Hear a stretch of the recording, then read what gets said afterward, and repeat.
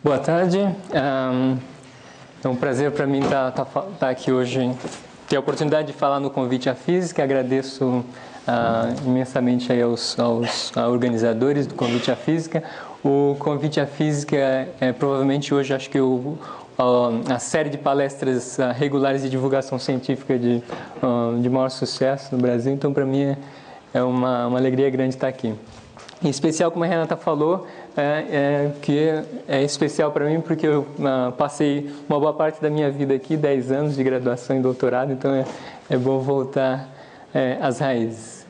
Ok, então o título da minha apresentação hoje é Aceleradores Cósmicos, Pulsares, Supernovas, Quasares, a Gênese e outras bestas. Então aqui só um resumo rápido sobre o que a gente vai falar hoje, dar uma pincelada sobre todos esses tópicos aqui. Na verdade, cada tópico desse é bastante extenso, né, e daria um seminário, mas a ideia é dar só uma visão geral sobre esses temas. Então, a ideia principal é discutir mecanismos de aceleração astrofísicos, né, e as fontes que estão por trás desses mecanismos. E eu acho que boa parte da motivação para você estudar esses mecanismos é o fato de que existem raios cósmicos, né, partículas carregadas que têm um intervalo de energia bastante amplo e que estão continuamente atingindo a atmosfera terrestre. E, na verdade, um conceito importante é o de chuveiro atmosférico extenso, que é um fenômeno que acontece na atmosfera e que permite que você estude indiretamente esses raios cósmicos, pelo menos os de mais alta energia. Sabe? Bom, vamos lá, começar com raios cósmicos. A história de raios cósmicos é de longa data, mas ela começa mais ou menos aí em torno de 1912, quando esse senhor Victor Hess, um físico austríaco, ele resolve medir a taxa de ionização, ou seja, a intensidade de radiação ionizante, como função da altura na atmosfera. Certo? Já se sabia que existia uma radiação ionizante na atmosfera, certo? Mas Hess estava interessado em medir essa intensidade como função da altura. E o que ele faz é que ele então embarca num balão, certo? E leva consigo um eletroscópio, né? Quer dizer, um dispositivo com duas folhas metálicas, que você sabe, se você carregar essas folhas metálicas, elas vão se separar, mas já se sabia na época que essas folhas descarregam depois de um tempo, certo? E acreditava que essa descarga vinha de partículas ionizantes, certo? Partículas que atingem a força metálica, depositam carga elétrica ali e vão descarregando o eletroscópio com o tempo. Pois bem, então Victor Hess embarca nesse balão e sobe com o eletroscópio. Na época se esperava que boa parte dessa radiação, na verdade, viesse da Terra. Então se esperava que esse eletroscópio fosse descarregar cada vez mais lentamente com a altura. Mas, para a surpresa de Hess, o que ele observa é exatamente o contrário. Quanto mais ele sobe, mais rápido esse eletroscópio descarrega. Certo? E mais do que isso, ele não podia explicar essa origem de radiação, então, como vindo do Sol, porque a mesma experiência repetida durante um eclipse solar tinha o mesmo resultado. A intensidade de radiação ionizante aumenta com a altura. Então, a conclusão de Hess, né, baseado nesses dados, é que deveria haver, então, quer dizer, nas próprias palavras de Hess, ele fala: os resultados da minha observação, né, são melhores explicados pela suposição de que uma radiação de grande poder de penetração entra na atmosfera a partir de cima para baixo, certo? Em outras palavras, vindo do espaço. Né? E esse trabalho dá para Victor Hess o Prêmio Nobel em 1936. Ok, então, alguns anos depois, em 1927, o russo Dmitry Skobelsky, ele observa pela primeira vez trajetórias geradas por raios cósmicos, né? Usando um dispositivo chamado câmara de nuvens. Certo? Então, em poucas palavras, uma câmara de nuvens, em geral, é um cilindro, certo? Preenchido com gás, mas com muito vapor de água ou vapor de álcool lá no interior. Certo? Então, um gás saturado, supersaturado em vapor de água ou vapor de álcool.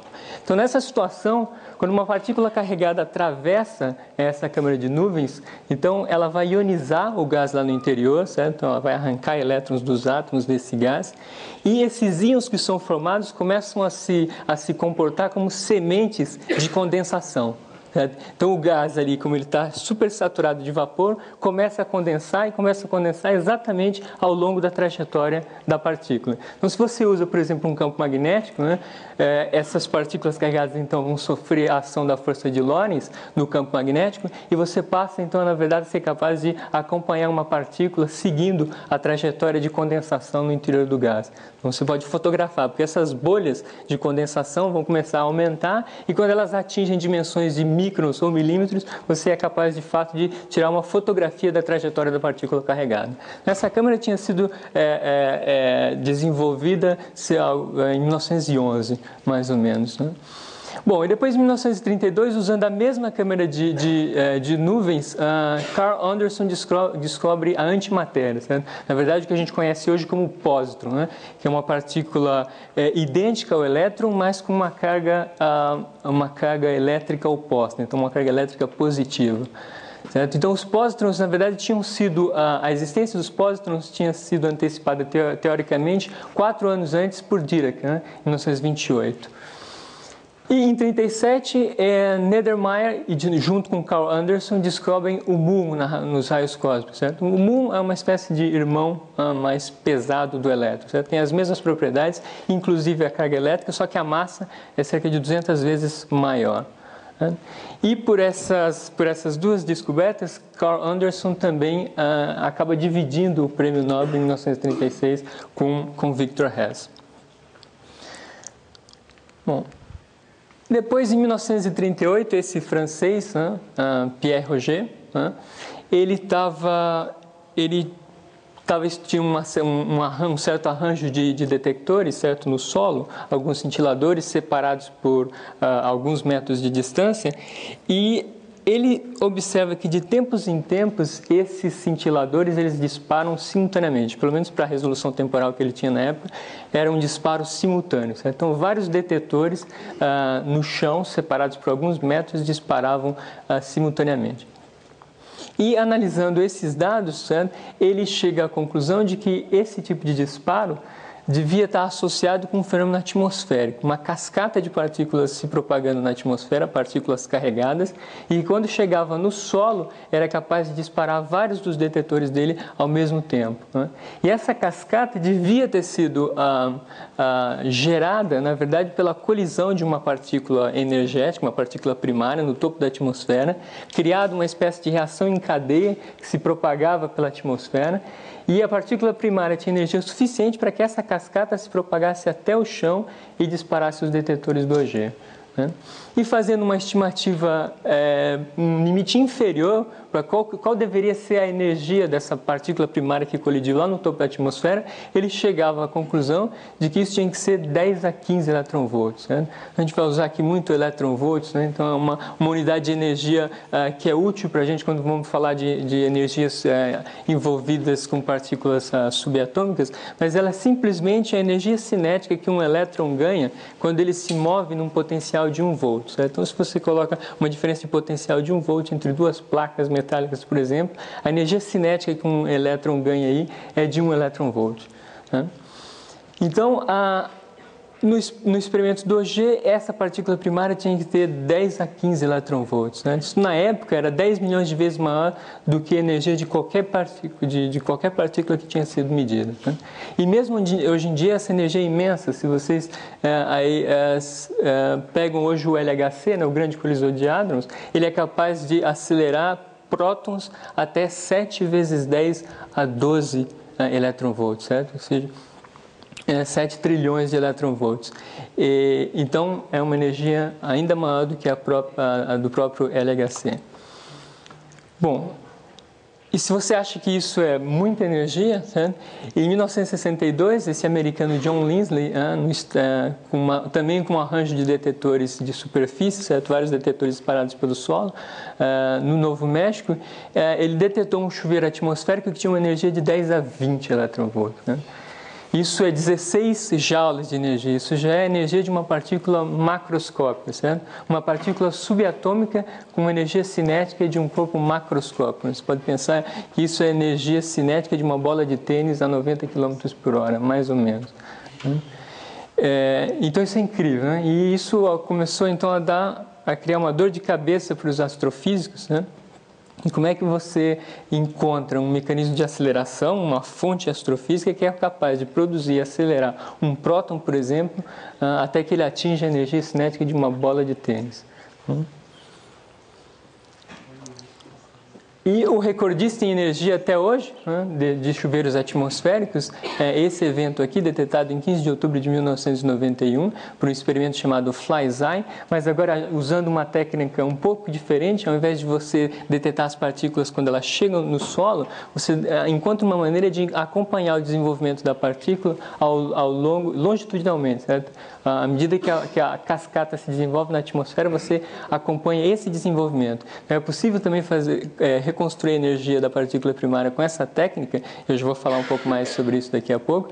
E eles detectaram esse evento aqui, cuja energia estimada então era de 3 vezes 10 a 20 eletronvolts, 48 joules. Ok. Bom, então aqui só uma pequena animação para vocês terem uma ideia do que é um chuveiro atmosférico extenso. Então, essa aqui é uma simulação, né, usando um código que é bastante utilizado hoje em dia pelos pesquisadores para simular cascatas atmosféricas. Então, se simula um chuveiro atmosférico colidindo no topo da atmosfera, em cima da cidade de Chicago, a cerca de 100 km de altura, certo? E então você tem a colisão no topo da atmosfera e você tem a formação desse chuveiro atmosférico. Né? Então, as características principais desse chuveiro aqui, bem próximo aqui ao core, né, essa parte mais brilhante, o que você tem é o que a gente chama basicamente de uma cascata hadrônica. Né? Então, ali você tem basicamente prótons, pedaços de núcleos que foram quebrados, certo? E essa cascata hadrônica, ela acaba alimentando duas outras cascatas, uma que a gente chama de muônica e a outra de eletromagnética, certo? Então, logo na vizinhança do core, você tem, aí envolvendo a cascata hadrônica, você tem uma cascata que é muônica, né? Formada basicamente por muons, e depois, mais longe do eixo do chuveiro, essa parte mais em rosa, é basicamente uma cascata eletromagnética, elétrons, pósitrons e fótons. Certo? Então, os elétrons, pósitrons e fótons, como tem um livre caminho médio bem menor na atmosfera, eles se espalham mais, certo? E eles dão contribuições mais longe do eixo da cascata. Certo? Então, essa cascata, quando chega ao solo, esse daqui é um evento de 10 a 18 eletronvolts. Certo? Quando ela chega ao solo, ela pode cobrir áreas de até centenas de quilômetros quadrados, né? Para os eventos mais energéticos, tipo 10 a 20. Né? Bom, hoje o maior observatório de raios cósmicos, né, em operação é o Observatório Pierre Auger. Né? E esse observatório ele tem uma característica particular, é que ele usa as duas técnicas para medir essas cascatas atmosféricas. Né? Tanto usando detetores no solo, para fazer uma amostragem no solo, quanto telescópios para acompanhar o desenvolvimento longitudinal da cascata na atmosfera. Né? Esse experimento fica na província de Mendonça, na Argentina, e ocupa uma área de 3.000 km². Né? Porque o fluxo, à medida que você olha raios cósmicos cada vez mais energéticos, o fluxo cai muito rapidamente. Né? Então, acima, por exemplo, de 10 a 20 eletronvolts, o fluxo esperado é cerca de um evento por quilômetro quadrado por século. Né? Então, por isso você precisa de áreas de coleção muito grandes para ter uma estatística mínima. Né? Então, a pergunta agora é como acelerar, certo? Como levar uma partícula subatômica a energias de corpos macroscópicos. Então, a gente pode começar a responder essa questão olhando a receita de aceleração na Terra. Né? Aqui na Terra, o que é que a gente usa para acelerar partículas? Né? Então, você começa, os ingredientes básicos são partículas carregadas, é claro, e campos elétricos e magnéticos. Certo? E campos elétricos e magnéticos, você pode usar tanto campos eletrostáticos quanto campos eletromagnéticos, certo? Campos estáticos, ou seja, que não variam no tempo. Então, os primeiros aceleradores de partículas usavam basicamente essa técnica. Né? Então, está aqui um exemplo de um acelerador eletrostático, em que você constrói um potencial estático acumulando carga aqui na região central do acelerador, então injetando uma partícula que ela vai ser acelerada por ação desse potencial estático. Porque a gente sabe que uma partícula carregada de carga Q na presença de um campo elétrico e de um campo magnético está sujeita a uma força do tipo força de Lorentz. Tem uma contribuição que vem do campo elétrico, em que a força é diretamente proporcional ao campo elétrico, e uma outra contribuição que depende tanto da velocidade da partícula quanto do campo magnético, certo? E a direção é tal que ela é dada pelo produto vetorial da velocidade com o vetor campo magnético, ou seja, é perpendicular tanto à velocidade da partícula quanto ao campo magnético. Então, esse tipo de partícula aqui não é muito eficiente para acelerar diretamente uma partícula, né? Porque é fácil de ver que uma partícula entrando perpendicular a uma linha de campo magnético vai desenvolver um movimento helicoidal, né? Então, ela tem a tendência de confinar a partícula, né?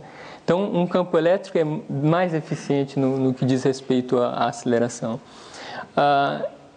Então, esse tipo de acelerador aqui, ele tem uma energia máxima que você pode atingir, certo? Você acaba atingindo um limite rapidamente porque ao acumular carga aqui na região central, você atinge um valor de potencial tão grande que você começa a ionizar, né, o ar em torno do teu eletrodo. Então existe uma limitação tecnológica clara nesse tipo de acelerador, ele é usado até hoje, mas hoje em dia, se você quer acelerar partículas de verdade, como é feito no LHC, você precisa de campos eletromagnéticos, certo? Os campos elétricos e magnéticos variáveis no tempo.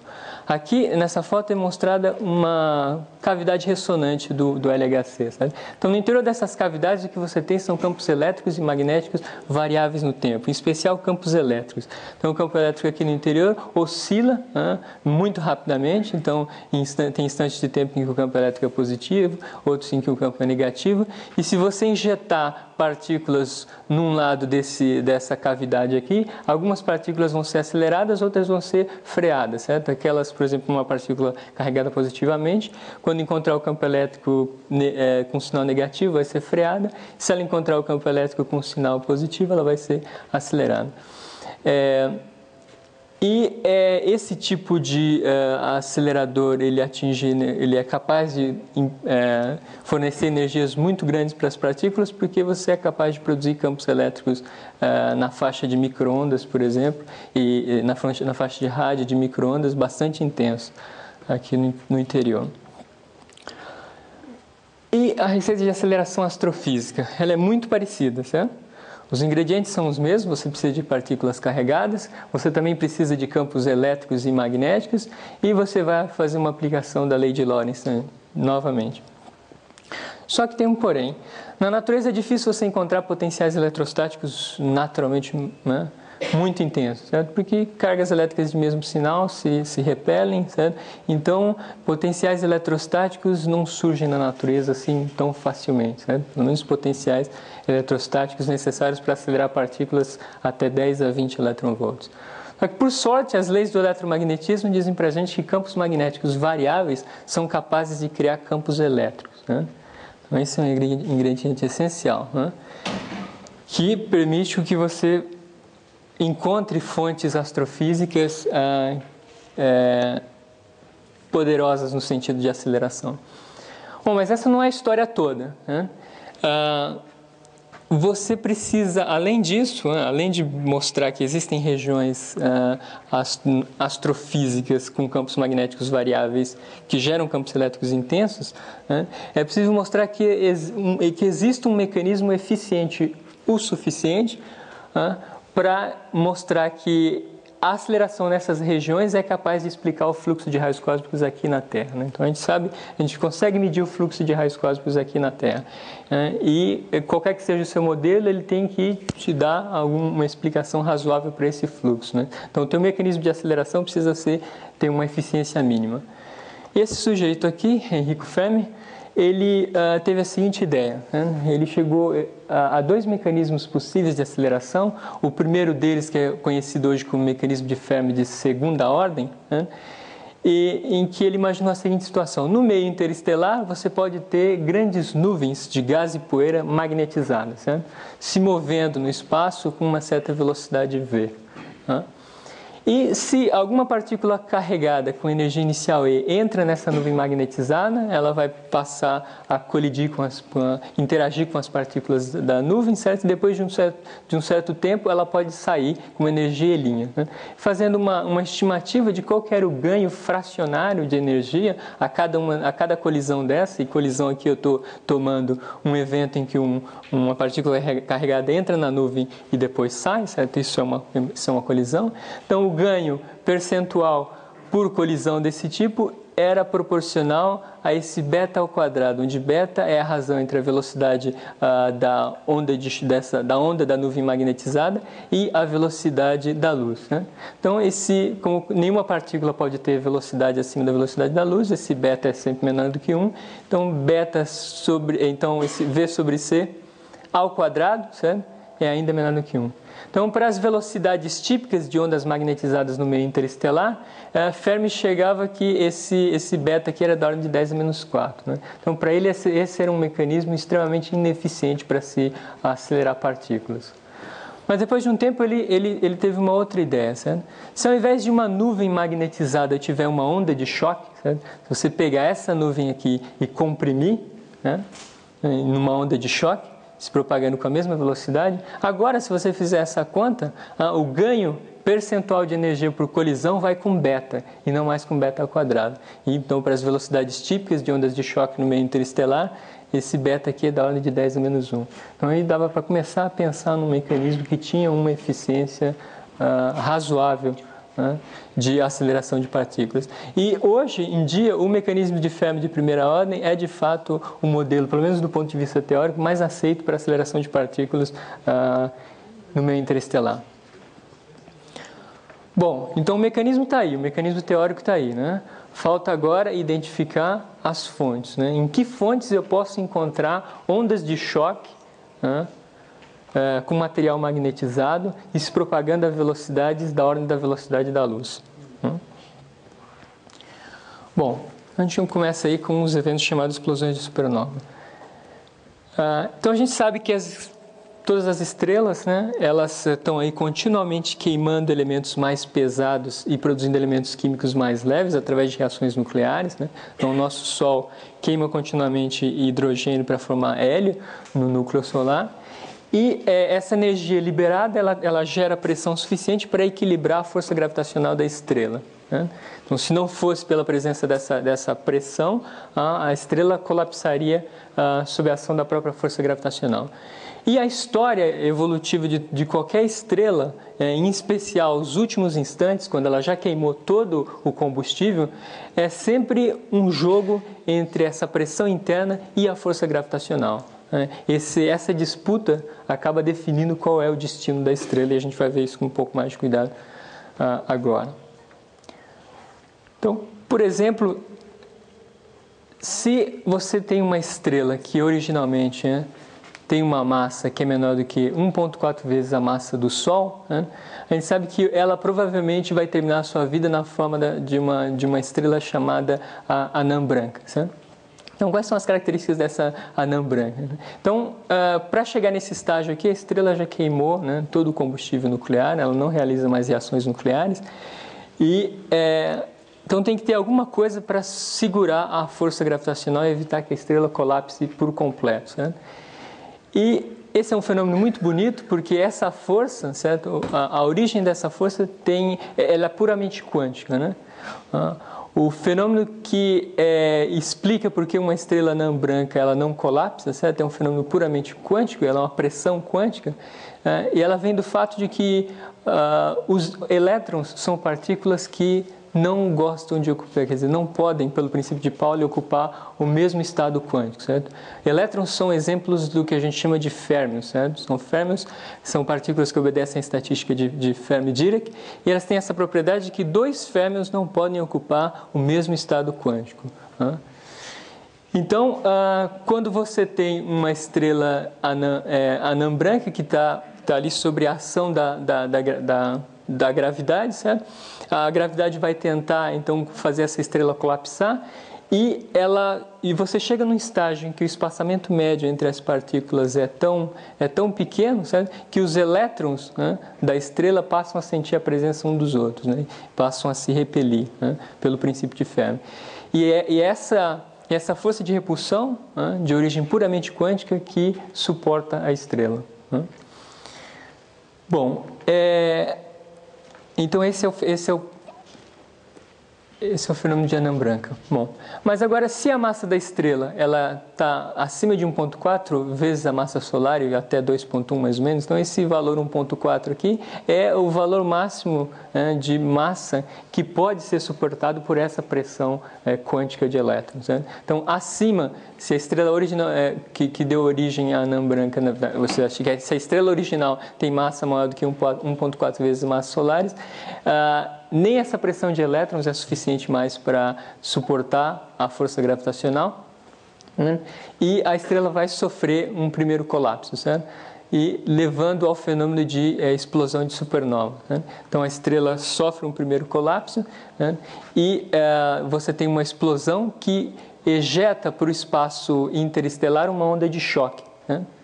Uma onda de choque. Então essa onda de choque se propaga no meio interestelar com velocidades altíssimas, certo? E quando você tem uma explosão desse tipo, uma explosão de supernova, você tem uma liberação de grande quantidade de energia, certo? E uma explosão de supernova, por exemplo, pode ter um brilho maior do que a própria galáxia, né, hospedeira. Então aqui está uma foto de uma explosão de supernova, em que você tem aqui, você pode ver a supernova com um brilho comparável ao brilho da galáxia hospedeira. Bom, então, e onde é que essas partículas, então quando você tem essa onda de choque se propagando, onde é que as partículas vão ser aceleradas, certo? É exatamente nessas regiões aqui. Isso daqui é uma foto com o telescópio Chandra de uma supernova. Então você vê aqui uma onda de choque, né, se propagando no meio interestelar. São nessas regiões filamentares aqui que você tem alta densidade de partículas carregadas e campos magnéticos, certo? Então é nessa região aqui que vai operar o mecanismo de Fermi de primeira ordem. Certo? Então aqui está um desenho esquemático de uma onda de choque se propagando no meio interestelar. Certo? Então você pode, da interação dessa onda de choque com o gás no meio interestelar, você pode ter a ejeção de elétrons, de prótons e raios e fótons também. Essa onda de choque pode encontrar regiões onde você tem as chamadas nuvens moleculares, né? São nuvens de gás neutro, né? E quando a onda de choque encontra essas nuvens moleculares, ela produz a emissão de fótons, né? E você tem aqui um gráfico com a densidade de emissão de radiação eletromagnética exatamente quando uma onda de choque encontra uma nuvem molecular no espaço interestelar.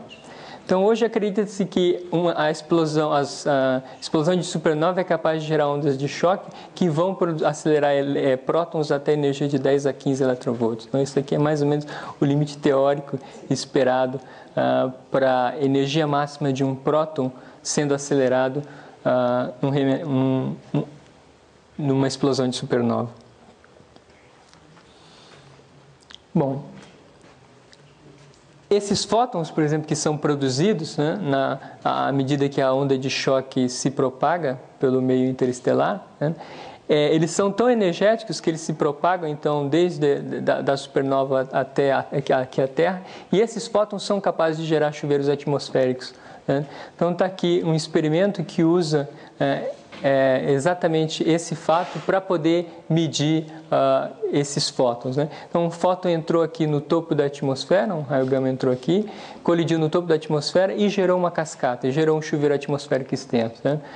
Então, nesse experimento aqui, o que você usa é um conjunto de telescópios, certo? Posicionados no solo, olhando para uma direção do céu, né? E captando a luz Cherenkov que é emitida pelas partículas carregadas na cascata. Certo? Nessa cascata, se você olhar as partículas nela, elas têm velocidades muito próximas da velocidade da luz, né? E estão sendo aceleradas na atmosfera. Então, quando isso acontece, você tem a emissão de... Quando uma partícula carregada se move no meio com uma velocidade maior do que a velocidade da luz naquele meio, ela emite uma radiação Cherenkov. É uma radiação extremamente colimada, por efeitos relativísticos. Então, você pode ver que a abertura desse cone é de cerca de 1 grau. Então, esses telescópios têm que estar olhando muito próximo da direção do eixo do chuveiro atmosférico, né, para pegar essa chamada piscina de luz Cherenkov, né? Então, medindo essa luz Cherenkov, eles são capazes de reconstruir a energia do raio gama primário que colidiu no topo da atmosfera. Então, aqui um mapa, né, com esses fótons, né, contando esses fótons vindos de um remanescente de supernova. Então, essa foi uma das primeiras vezes que se mediu um remanescente de supernova com fótons da ordem de 10 a 12 eletronvolts. Né? Ok. Bom, mas agora, então eu disse que se a estrela original tem uma massa maior do que 1,4 vezes a massa do Sol, ela nem aquela pressão de elétrons vai ser capaz de suportar a força gravitacional da estrela, certo?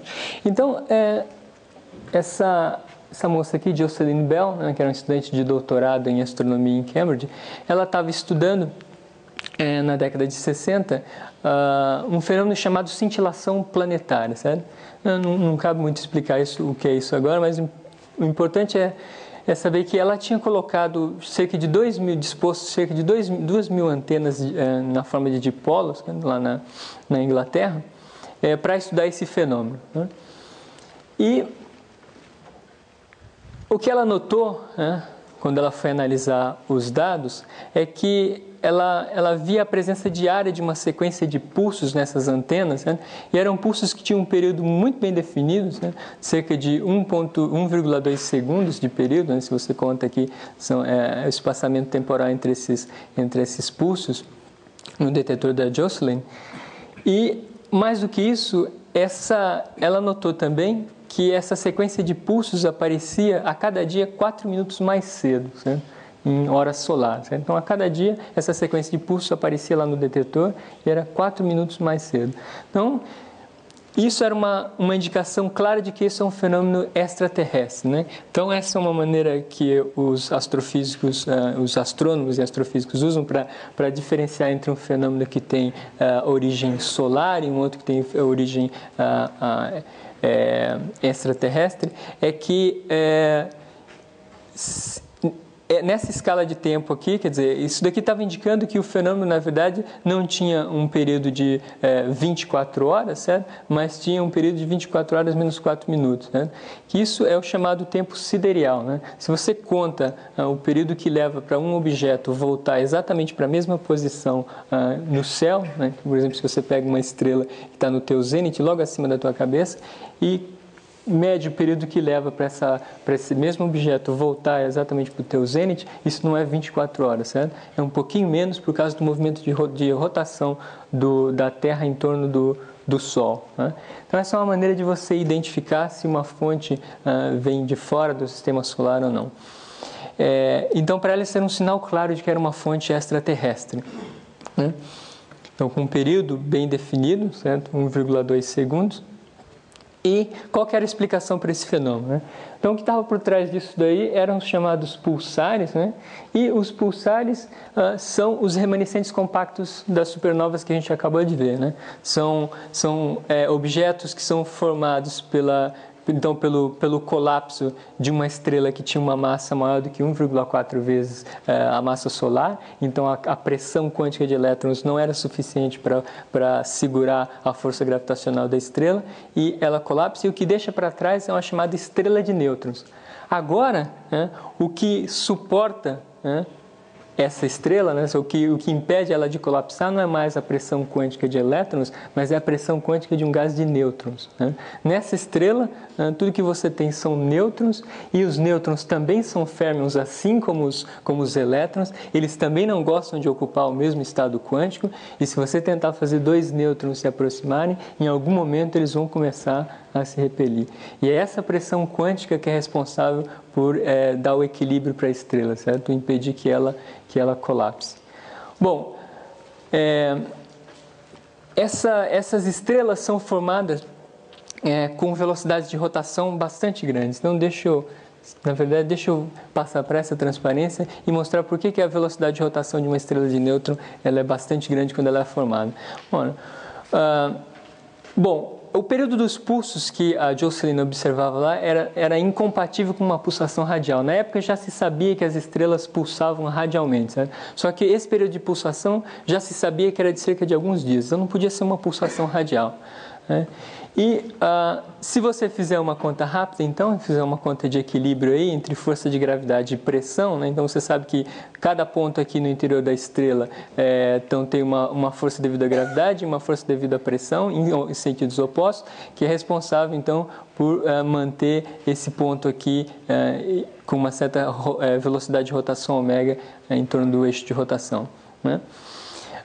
Bom, então a aceleração centrípeta deve ter duas contribuições, nesse caso, uma que vem da gravidade e outra que vem da pressão. A contribuição vinda da pressão é um pouco mais difícil de calcular, porque eu tenho que saber alguma coisa sobre a equação de estado da matéria dessa estrela aqui, como é que pressão, temperatura e volume estão amarrados, certo? Então, mas se eu esquecer a pressão por enquanto e pegar só a gravidade, eu consigo um limite superior, pelo menos para a aceleração centrípeta nesse caso. Porque eu tenho essa desigualdade aqui, né, que aqui a aceleração que vem da gravidade, e aqui a aceleração centrípeta, ω2r. Então, isso daqui tem que ser Gm sobre R2, onde G é a constante da gravitação universal, M é a massa da estrela, R o raio da estrela. Isso daqui tem que ser maior do que ω ao quadrado, a velocidade de rotação ao quadrado, vezes o raio.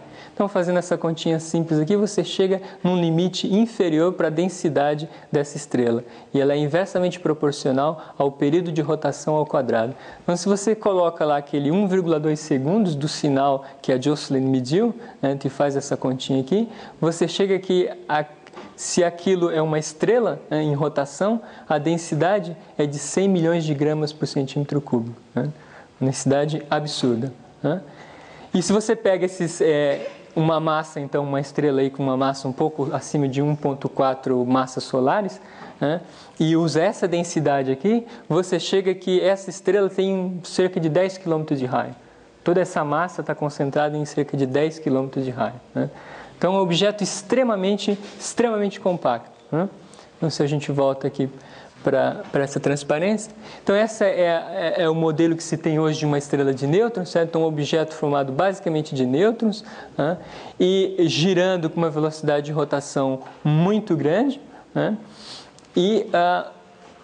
E você tem, com um campo magnético muito intenso. Né? Então, falta a gente entender ainda por que a velocidade de rotação é muito grande e por que o campo magnético é muito grande nessas estrelas. Então, para isso, vamos discutir um pouco duas leis de conservação aplicadas a pulsares. Certo? O primeiro deles, conservação do momento angular. Certo? A gente sabe que na natureza o momento angular se conserva.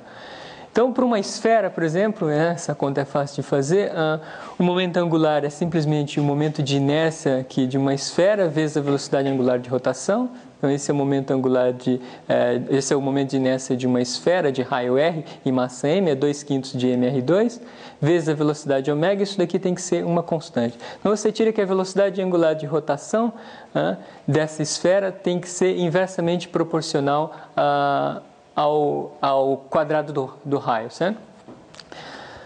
Então, uma estrela de nêutron, certo? Que a gente acabou de ver que tem um raio de cerca de 10 km, formada a partir de uma estrela com raio solar, né? Que é da ordem de 1 milhão de quilômetros, vai ter velocidade angular de rotação cerca de 10 bilhões de vezes maior do que a do Sol. Né? Simplesmente por essa continha simples de conservação do momento angular.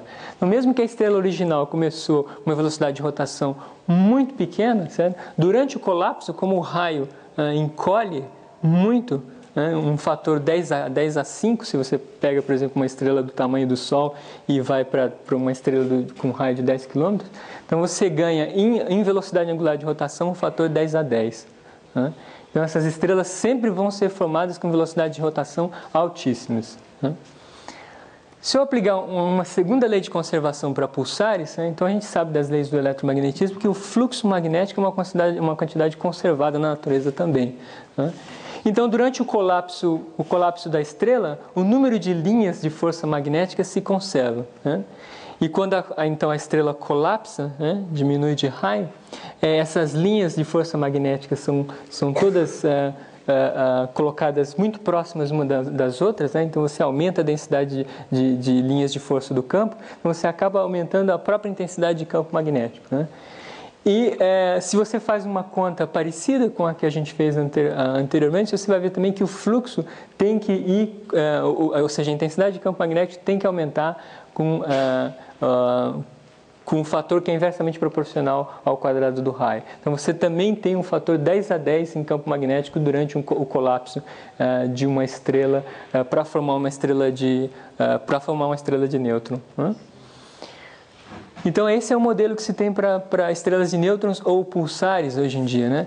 É uma estrela que tem uma velocidade de rotação muito grande, um campo magnético muito intenso, né? E uma densidade absurda, né? Densidade absurdamente alta. Uma característica é que o eixo de rotação dessas estrelas, né, ela não está necessariamente alinhada com o eixo do campo magnético, né? Então, à medida que essa estrela gira, né, você tem esse efeito chamado farol. O que se sabe que um gás de nêutrons, certo? A uma certa temperatura, temperatura típica em que essas estrelas são formadas, esse gás de nêutron aqui dentro se comporta como um supercondutor, né? Então é muito fácil conduzir corrente elétrica através dessa estrela. Então o que acontece é que partículas carregadas no meio interestelar são capturadas por linhas de campo magnético aqui, né? Então essas partículas espiralam através das linhas de campo magnético, entram por um dos polos da estrela, são facilmente conduzidos pelo interior desse gás de nêutron supercondutor, né? E são ejetadas para fora na direção do outro polo, né? Então essa estrela aqui, e é isso que você vê, né? Esses jatos aqui que você vê são partículas sendo ejetadas pelos polos magnéticos da estrela de nêutron. Então, se você tem a sorte de estar num ponto do espaço que é cortado por esse feixe da estrela de nêutron, então você vê esses pulsos, né? Que era o que a Jocelyn Bell viu no detetor dela na década de 60. Bom, magnetares, né? Magnetares são só um outro tipo de estrela de nêutron, né? De pulsar, poderosíssima, mas agora, ao invés de fatores 10 no campo magnético durante o colapso, você pode ter fatores 10 ou mesmo 10 no campo magnético. Como você pode obter esse fator em campo magnético ainda não é entendido, mas esses caras aqui são os ímãs mais poderosos que se conhecem na natureza, certo? Com campos magnéticos de 10 a 14 ou 10 a 15 Gauss, né? E você tem esse evento aqui, esse magnetar, esse SGR 1806-20, que está a 50 mil anos-luz da Terra, ou seja, do outro lado do centro galáctico. Lembra que a nossa galáxia pode ser considerada como um disco com um raio de 8,5 mil parsecs, né? Que se você dividir aí por 3 para ter em anos-luz, é alguma coisa como de 2 a 3 anos-luz. Então esse cara aqui está 2 ou 3 mil anos-luz, né? Esse cara está muito longe da gente, do outro lado do centro galáctico. E esse magnetar aqui explodiu, certo? Explodiu em 2004, no final de 2004, e ele é um dos eventos de maior brilho já detectados na Terra, vindo de fora do sistema solar. Certo? Tem 1/10 de segundo, esse cara liberou mais energia que o Sol em 100 mil anos, né? E ele liberou uma quantidade imensa de raios gamas que atingiram a Terra e destruíram a estrutura, distorceram a estrutura da ionosfera terrestre, né? Todos os detetores de raios gama em órbita saturaram, né, com esse evento. Na verdade, boa parte dos detetores foram capazes de analisar o sinal, mas, na verdade, não medindo o sinal direto, né, mas simplesmente a reflexão do sinal na Lua, né? O sinal era tão forte que refletiu na Lua e foi captado pelos detetores, né? Então, esse segundo sinal, que era mais fraco, não saturou os detetores e você pôde fazer uma análise mais detalhada do evento. Mas só para dizer que esses caras aqui realmente são os eventos mais poderosos, os maiores ímãs que a gente conhece na natureza, e quando acontecem essas explosões, né, que são tidas como terremotos na superfície dos magnetários, você tem eventos cataclísmicos. Bom, então, o que acontece se a massa de uma estrela original ela é ainda maior, certo? Maior do que aqueles 2,1 massas solares que eu disse anteriormente, né? O que pode acontecer, né? Será que agora essa pressão de nêutrons ele é capaz de segurar a pressão da estrela, né? Na verdade, se você aumentar ainda mais a massa da estrela original, nem essa pressão de nêutrons, né, do gás de nêutrons, é capaz de segurar a estrela. Então, você tem algumas hipóteses do que pode acontecer aqui. Você pode ter a formação de uma chamada estrela de quarks, né, ou você pode ter um colapso gravitacional completo, dando origem a um buraco negro, né. A primeira hipótese ela é bastante especulativa, né, porque a gente sabe muito pouco sobre o comportamento da matéria em condições extremas, né? Nessas condições de densidade e pressão aqui. Por outro lado, as evidências experimentais indiretas para buracos negros estão se acumulando cada vez mais, né? Então, a gente acredita que uma dos possíveis destinos, né, dessa estrela vai ser, então, a formação de um buraco negro, ou seja, uma singularidade espaço-temporal que sai das equações de Einstein, né? Que diz que deve existir uma região de espaço e tempo em que nem mesmo a luz pode escapar. Ok. Agora os núcleos ativos de galáxias, né? Bom, núcleos ativos de galáxias são objetos que são caracterizados por uma emissão eletromagnética muito alta, especialmente na faixa de onda de rádio, sabe? E o que se acredita hoje é que essa emissão de energia eletromagnética aqui, ela está associada a um processo de acreção de massa por um buraco negro supermassivo, né, no interior de uma galáxia. Então você tem uma galáxia gigantesca, no centro dessa galáxia reside um buraco negro supermassivo. Quando eu digo supermassivo, é de milhões ou até bilhões de vezes a massa do Sol, né? E à medida que esse buraco negro, certo, ele engole matéria, certo? Essa matéria, ao espiralar na direção do buraco negro, né, por conservação de momento angular, vai adquirir velocidade de rotação cada vez mais alta, certo? Então, o gás e a poeira nessa região começam a ficar cada vez mais quentes, e você tem a formação desse chamado toro aqui, né? Esse é o toro associado ao disco de acreção de um buraco negro. Então, isso daqui é simplesmente gás e poeira com velocidades de rotação altíssimas, né? E cada vez mais alta à medida que ela se aproxima do buraco negro central para conservar o momento angular, né? E você tem essas emissões de radiação. Além desse disco, desse toro aqui, você observa também a presença de jatos de partículas carregadas sendo emitidas em direções opostas e perpendiculares, né, à direção do disco, e a formação desse jato aqui é completamente, quer dizer, não se tem um modelo teórico satisfatório para a formação desse jato. Mas acredite-se que a aceleração de partículas carregadas acontece exatamente na interface entre esse jato de partículas carregadas e o meio interestelar. Então, imagine um jato de partículas aqui saindo, né, da parte central da galáxia, e quando esse jato encontra o meio interestelar, você tem a formação daquelas ondas de choque, né? E através do mecanismo de Fermi, então, de primeira ordem, você pode acelerar partículas carregadas nessa região. Bom, no passado você tinha uma série de fontes, né, como quasares, blazares e os AGNs que a gente acabou de discutir, né, os núcleos ativos de galáxias, e acreditava-se que esses objetos astrofísicos eram todos, nada tinham a ver um com o outro, certo? Eram fontes astrofísicas diferentes, né?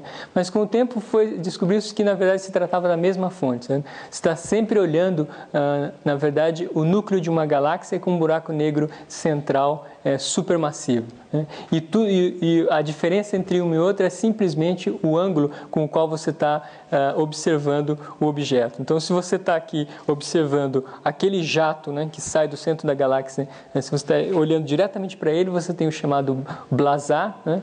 Se você tem uma inclinação intermediária, se o teu ângulo de visada está entre 0 e 90 graus, você tem os quasares e as galáxias do tipo Seyfert 1. E se você está olhando a 90 graus, você tem uma radiogaláxia ou uma galáxia do tipo Seyfert 2, né? Então, esse aqui é um modelo unificado para galáxias com núcleo ativo hoje em dia. Então, é sempre uma galáxia supermassiva com um buraco negro supermassivo no centro, né? Engolindo matéria, né? E emitindo vastas quantidades de radiação, especialmente na faixa do rádio, né? E, de novo, a aceleração de partículas carregadas deve acontecer na interface, né, entre esse jato e o meio interestelar. Ok, bom, então se você acha que esses buracos negros supermassivos só existem em galáxias muito distantes, né, na verdade a gente tem um buraco negro bem no centro da nossa galáxia, né? Aqui, esses são os resultados de medidas de órbitas feitas por um grupo americano, né, da Universidade da Califórnia durante vários anos, né? São quase, acho que 13 anos de medidas, né? Então, o que esses caras fazem é acompanhar as órbitas de várias estrelas muito próximas do centro da nossa galáxia, né? Então, eles têm aqui várias medidas, né? E fazendo um ajuste combinado de todas essas órbitas aqui, né, eles conseguem tirar qual que é a posição mais provável do buraco negro supermassivo. Você veja que é uma região que não tem nenhum objeto, né, que emita qualquer tipo de radiação, mas tem muitas estrelas realizando órbitas em torno desse objeto, né? Então, tentando fazer um ajuste simultâneo de todas essas órbitas aqui, né, você chega na posição mais provável para o buraco negro no centro da nossa galáxia. E a estimativa para a massa desse buraco negro é de 4 milhões de vezes 4 milhões de massas solares, né?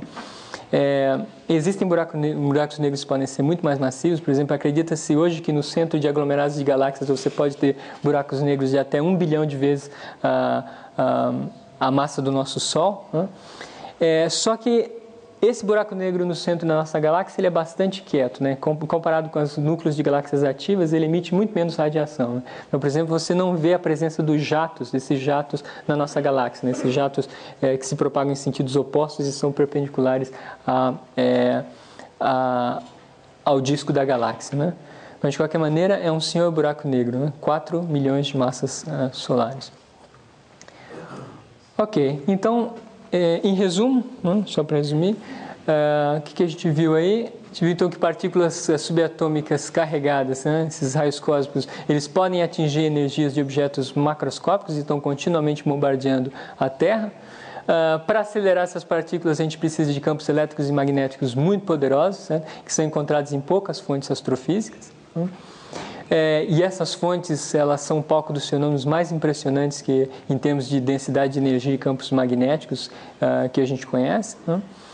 A aceleração vai se dar quase invariavelmente por essas colisões sucessivas com ondas de choque no meio interestelar, né? E acredita-se que seja por um mecanismo do tipo de Fermi, né? Seja de segunda ordem ou de primeira ordem, mais de primeira ordem porque é muito mais eficiente do que por de segunda ordem. Quer dizer, mas na verdade, para explicar partículas até 10 a 20 eletronvolts, mesmo o mecanismo de Fermi, né, aplicado a essas fontes astrofísicas, como núcleos de galáxias ativas ou pulsares e magnetares, você realmente precisa forçar a barra para explicar como é que você acelera um próton até 10 a 20. Então isso, de fato, do ponto de vista teórico, isso é um problema em aberto ainda, né? Era isso que eu tinha para dizer. Obrigado.